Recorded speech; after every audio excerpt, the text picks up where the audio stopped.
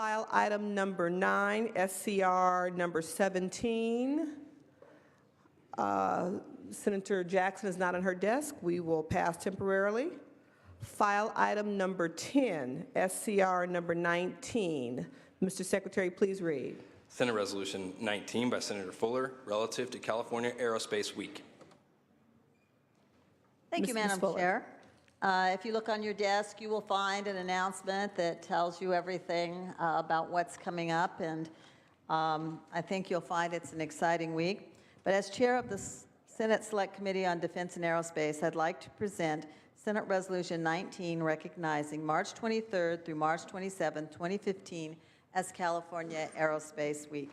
California's aerospace industry provides jobs for more than 203,000 people in California and supports more than 511,000 jobs in aerospace-related fields.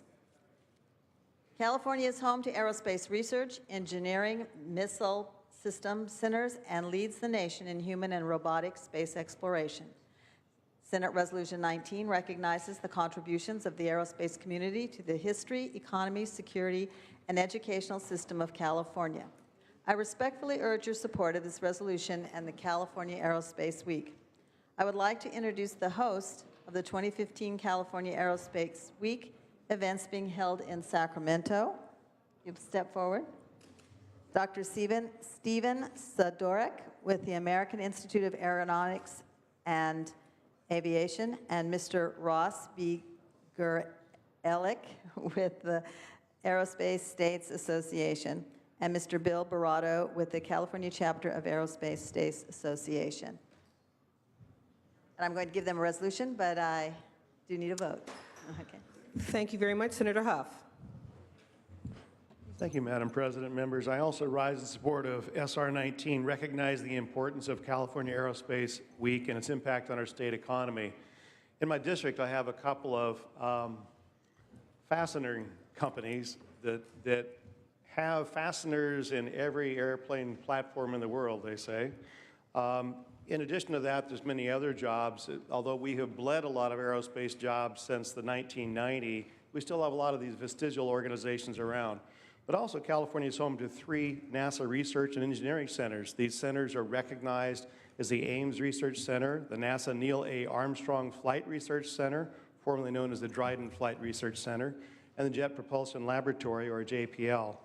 JPL, once in my district before redistricting, is home to many projects you may have heard of, including the Mars Science Laboratory mission, which includes the Curiosity rover, missions orbiting Saturn, the Mars Exploration Rover Opportunity, and the Juno spacecraft currently on its way to Jupiter.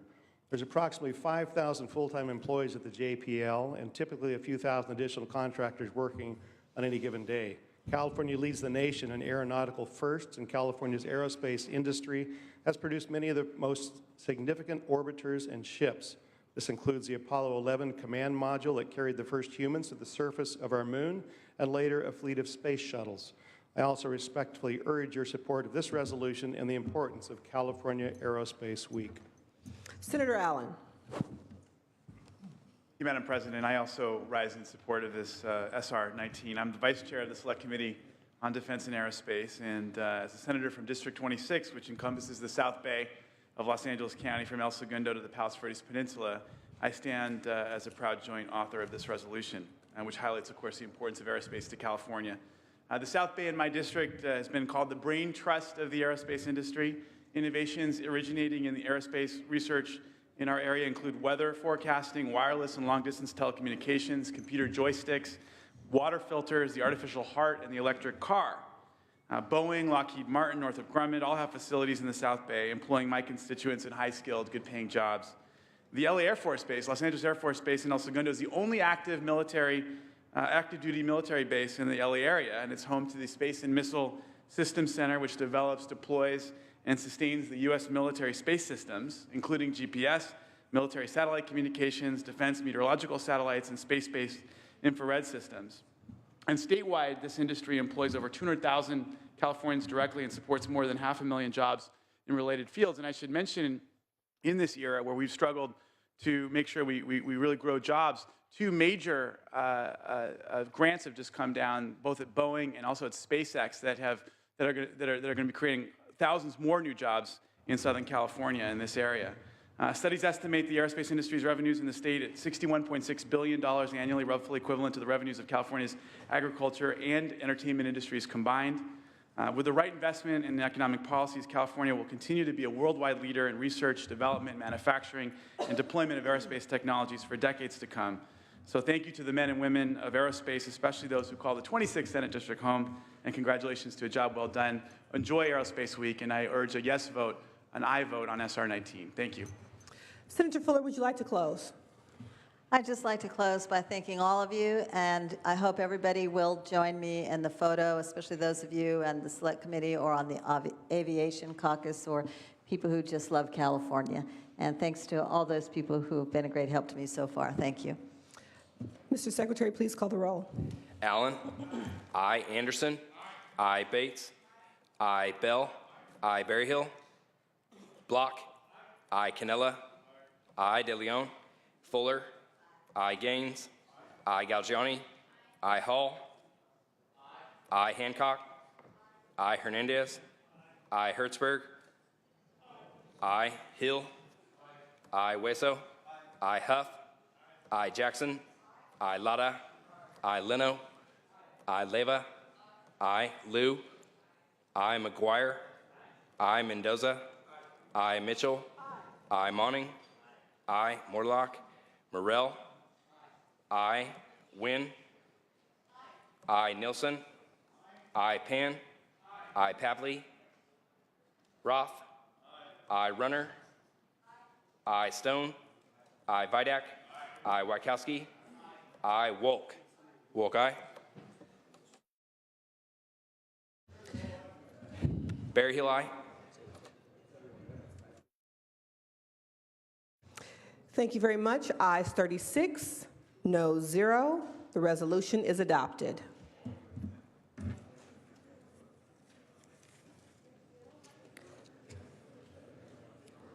Moving on to file item number 11, SB 75.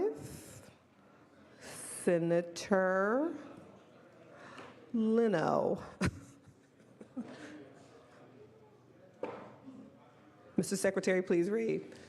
Senate Bill 75 by the Committee on Budget and Fiscal Review, an act relating to the Budget Act of 2015. Senator Leno. Thank you, Madam President. Colleagues, SB 75 through SB 109 are vehicles for what will be trailer bills as we get to the budget process in the next couple of months. Keep in mind, when we get back, it'll just be 2 months before we pass our budget.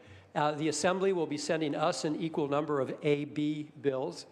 We have this process every year. We have this debate every year. So I'm happy to take any questions you may have. But I do want to point out that since we've returned in January, we have held 4 full Budget Committee hearings, in addition to about 17 Budget Subcommittee hearings. And if you sit on a Budget Subcommittee, you are well aware of the many late Thursday afternoons as this body goes through literally every line item of every aspect of governmental operations.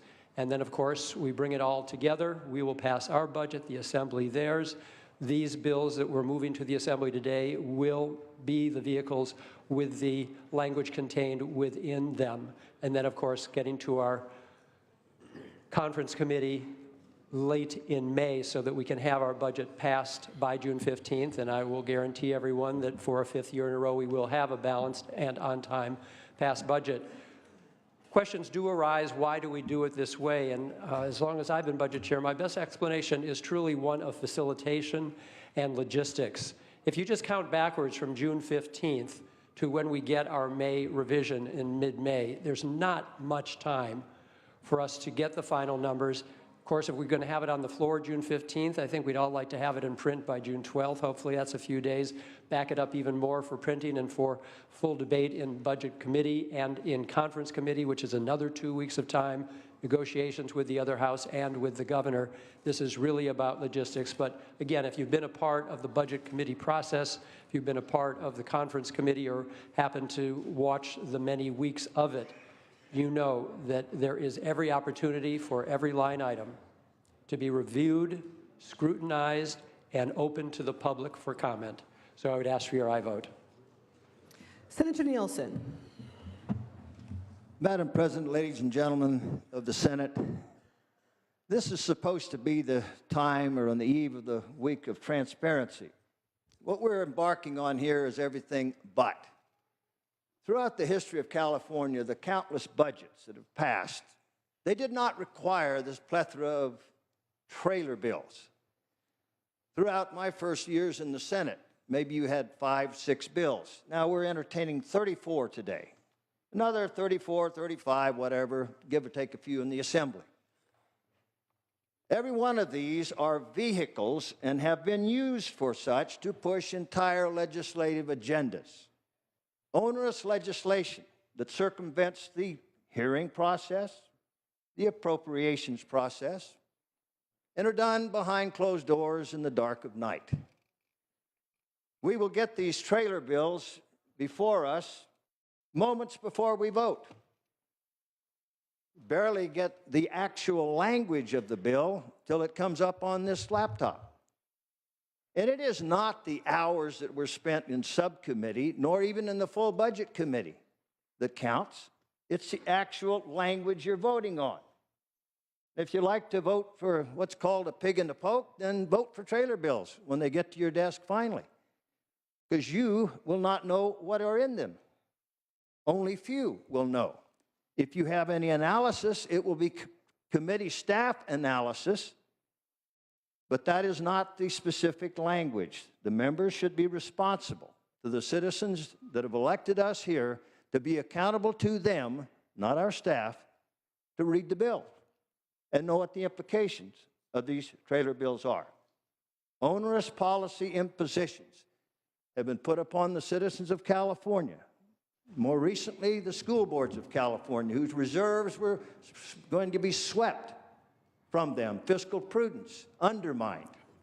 Trailer bill language. Oh, yeah. It happens again and again.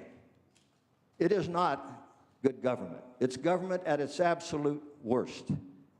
They are not needed. I entreat this honorable body to reduce the number of trailer bills, to minimize then those opportunities for budgetary gains. Make sure that all of this language is before us 72 hours in advance of the vote, so all of us, Democrat and Republican, know what we are voting on. I recall times when I think our trailer bill load was over 40, and it goes on and on and on, and we don't have enough time to debate it. We've gotten along throughout the history of California without this kind of end-of-the-game charade. Senator Leno, may I ask you directly in closing, will we have these trailer bills before us to be analyzed, for us to consider and read 72 hours before we vote? Question of the author, excuse me, to the chair, through the chair, question of the author. Senator Leno. Yes, thank you, Madam President. That is my personal intention, yes.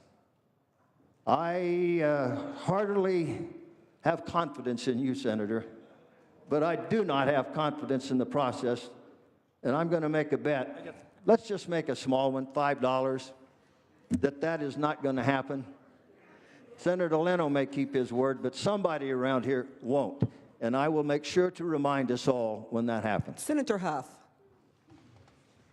Thank you, Madam President. In reference to the previous dialogue, I would strongly not support gambling on the floor, but neither would I support gambling with these bills or with the intents. The author has stated that every item in the budget will be scrutinized, open to review by the public.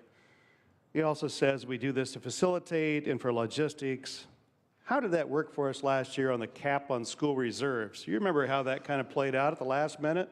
That was one of these budget bills, folks. Came over, we came back on it. It was not 72 hours in print. And what happened when we passed it? It sort of flew in the face of the whole reserve that we built for the state budget, for the state. And then we have virtually all of our school districts pushing back on us now for this ill-conceived idea, and we did it. We did it by sending us over there, by not requiring 72 hours to at least look at it and see what's in there. We did it by voting that on out, and we hobble our own school districts that we're trying to protect so they actually have sound fiscal discipline and don't go bankrupt. This is a terrible process. I think any of us in this room should say, it's a majority vote budget. You don't have to go through these games. You don't have to facilitate it in logistics. It flies in the face of our rules. We don't need to do this. I hope you will join me in voting no on this today. Thank you. I'd like to remind the senators about appropriate floor decorum in your floor presentations. Senator Stone. Thank you, Madam President. I've taken great pride in being elected here to the State Senate, and over 22 years in local government, we have lived with the Brown Act. We celebrated the Sunshine Act in a resolution just last week here in the legislature that talks about open government. And I really appreciate the author's commitment that we will see these budget trailer bills 72 hours in advance. And I trust the senator that he'll do everything he can to make sure that we do that. And I know we have a deadline to get a budget passed, June the 15th. But my concern is that we're going to be sacrificing transparency to the voting public, to our taxpayers, because of the political expediency to meet this deadline. I want to meet this deadline as well, but I think we need to meet it with a well-informed legislature that represents 38 million people that will be looking quite carefully, comprehensively, to make sure that we do the right thing for our constituents. To quote Hillary Clinton, she said, "I believe in transparency." To quote the Dalai Lama, "A lack of transparency results in distrust and a deep sense of insecurity." My friends, a third of the legislature is new, and we've lived with open government. It only takes a simple majority to pass the budget. I think it's healthy that we allow the public and the full legislature the opportunity to debate, analyze, and comprehensively have appropriate discourse, respectful discourse, to agree, to disagree, and then through a transparent process come forward and vote up or down on a budget in the best interests of the taxpayers that have a right to see what we are voting on that could effectuate the quality of life of the citizens that we claim to represent. So I respectfully will be voting no and hope that others will join with us, and let's vote for transparency in government, and let's know on probably the most important decision that we make annually, our annual budget. Let's make sure that we have the investment of our citizens that wish to know what it is that we're spending our scarce dollars with. Thank you, Madam Chair. Thank you. Senator Bates. Thank you, Madam President. While I will be opposing this, I want to thank the author for making the commitment. He has made it to us in terms of the transparency in the 72 hours, but he's really making it to the public. They are the ones who are dramatically impacted by the budget decisions that we make in this House. I speak for those who come from local government. Oftentimes we are blindsided, if you will, not knowing exactly what the implementation is going to be. So I do thank the author for making that public commitment, and hopefully as we go forward, we'll all be part of, as it is reviewed 72 hours, making sure that it is very best for our constituency. So thank you. Thank you. Senator Nielsen. Madam President, ladies and gentlemen of the Senate, if someone misconstrued my bet language as being anything more rhetorical, I apologize. That is not my intent. What my intent is to show the lack of confidence I have based on many, many years of experience wherein we did not get the 72-hour time blank. And with my hopes that this year will be different. Thank you. Senator Leno, would you like to? I'm sorry, excuse me. Senator Anderson. Senators, I have grave concerns that we're sending all these spot bills over to the Assembly. We were elected to come up with a budget. We weren't elected to punt the budget language to the Assembly. I'd like to work with you across party lines to make that language work for all of us. for every Californian, and I can't do that if I'm punting our bills to the Assembly side to learn what they have in store for us. I think we can do better. I think that our constituents deserve better from us. And I encourage you not to vote for it today, not to encourage others with so many of these spot bills to include language that are actually policy questions, policy bills that were never meant for the budget. We've seen a trend over the last few years where there's more and more policy language in these budget bills because those bills, when they were run separately, could not make mustard and make it through committee hearings. That under the spotlight of the press, that our constituents were outraged that we would take on those considerations, and they spoke out, and many members broke with it, only later to learn that that language was later introduced into those spot bills along with budget.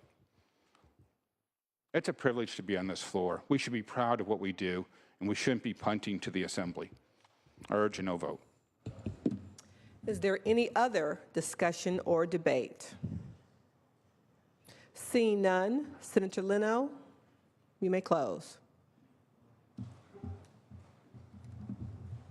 Thank you, Madam President and colleagues, for the full debate. I'm not here to defend or describe in great detail the one bill that was brought up as the poster child for this, quote, nefarious process we're voting on today, and that was the school reserve cap. My memory tells me that I was surprised when it was brought up in the last day of our conference committee, but it was an administrative proposal. It was not brought forward by the legislature at all. No school has been hobbled.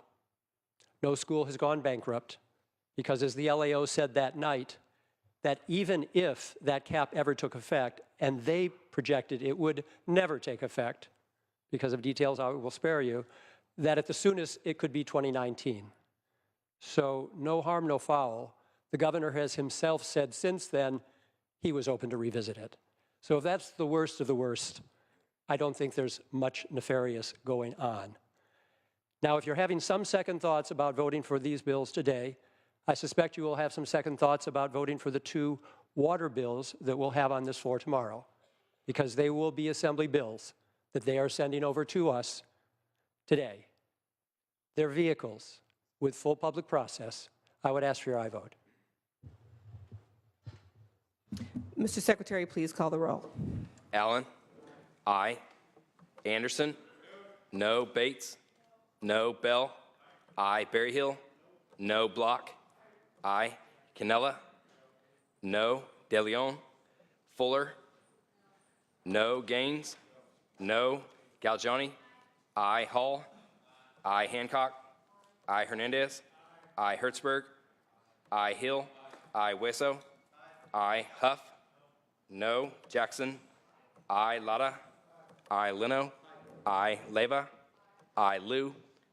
Aye. McGuire? Aye. Mendoza? Aye. Mitchell? Aye. Monning? Aye. Morlock? Morrell? No. Wynn? No. Nilsson? No. Pan? Aye. Pavley? Roth? Aye. Runner? No. Stone? No. Vidak? No. Wykowski? Aye. Wolk? Wolk, aye.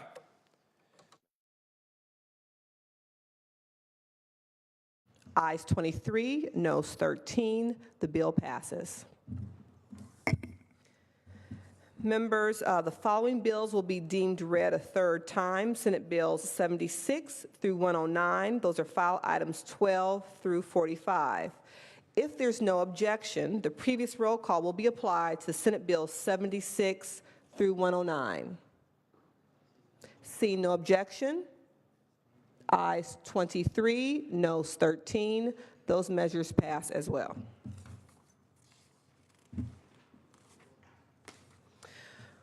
Moving on to Assembly third reading, file item 47. Mr. Secretary, please read. Assembly Concurrent Resolution 13 by Assemblymember Williams relative to a day of remembrance.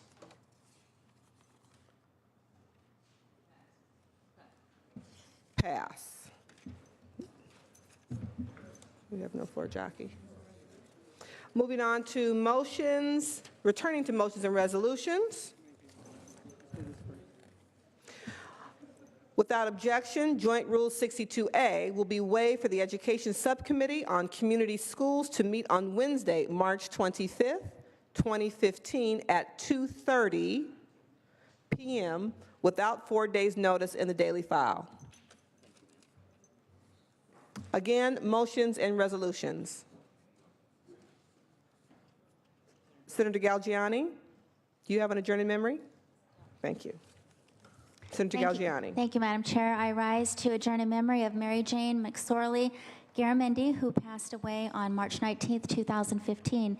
This is Congressman John Garamendi's mother, and she was a third-generation Californian, and she oversaw her family's cattle ranch, making a total of 150 years for the cattle ranching and spanning 6 generations in this area. Her family was always her priority. However, she was also a tireless contributor to her community, and she volunteered with the Mark Twain St. Joseph Foundation. She was a volunteer with the Calaveras Women's Shelter and the McCullough Hill History Center, and a docent of the Calaveras County Museum. She was honored by the Phi Beta Phi fraternity for 75 years of membership, and she is survived by 3 daughters, her 3 sons, her daughter-in-law, 21 grandchildren, and 35 great-grandchildren. And I will say, as someone who worked for John Garamendi 22 years ago, I hold a very, very fond place in my heart for Mary Jane Garamendi, because while she always had a very, very busy household and lots of family around, I had the good fortune of spending a week with her when we were planning something in that area. And she was the most loving, kind, warm woman who would open her home to anyone and take you in as though you were a family member yourself. So it is with deep respect and admiration that I rise to adjourn in memory of Mary Jane Garamendi. Thank you. Are there any other requests to adjourn in memory? Be sure and bring her name to the desk and express our condolences to the family. If there's no other business, Senator Fuller, the desk is clear. The Senate will be in recess until 3:30, at which time the adjournment motion will be made. We will reconvene Wednesday at 4 p.m. And a reminder, today is the State of the Judiciary Address. The Senate will be meeting at 3:30 p.m. in the Senate chamber to walk over as a group for the joint convention with the Assembly at 3:45. See you then. Thank you again. The Senate will be in recess until 3:30, at which time the adjournment motion will be made. We will reconvene Wednesday at 4 p.m. Today is the State of the Judiciary Address. The Senate will meet at 3:30 today in Senate chambers. We stand in recess.